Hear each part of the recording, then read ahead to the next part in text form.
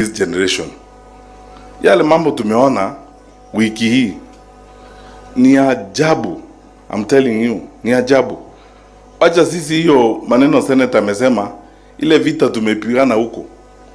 Ti watu wanazurura. Ward ni village mbili. Unaweza kutembea ward hivi mara 3 kwa siku moja.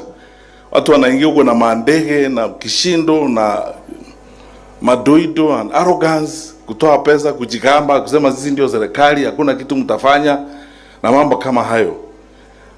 The founders of this nation, the people who actually fought for the independence of this country, must be turning in their graves to see what we are seeing now. Unprecedented abuse of state power, an incredible misuse of public resources, and arrogance that has not been seen recently from government. Mimi nataka kuwashukuru wananchi wa Mbeere North.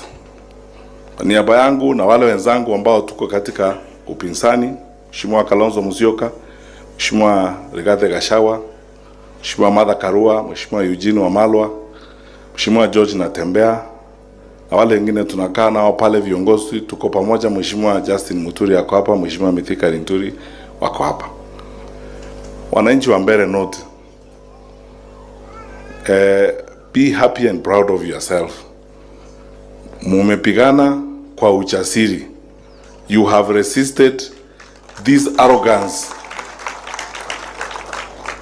Na mmesimama imara kabisa.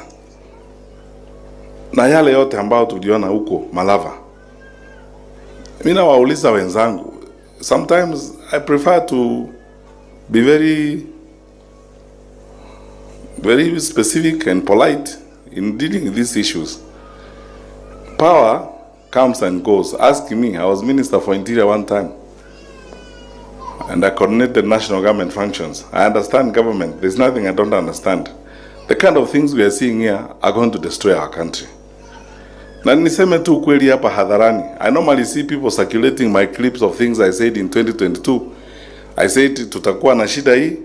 Sasa wakati mambo imeingia, I see people circulating those clips. Don't circulate this one when we have gone in trouble, because I'm saying this openly today hapa kutoka Mbeere. Tukiendelea namna hivi vile tunaendelea, we are headed the wrong direction na tutaharibu nchi yetu sisi wenyewe. Hii siasa hii ni siasa ya kubomoa nchi. Ni mambo ya kiburi, kubeba mali ya serikali, pesa ya umma, kujipiga kifua hapa kwa viongozi, kudharau maoni ya wananchi na kura za wananchi, ili sasa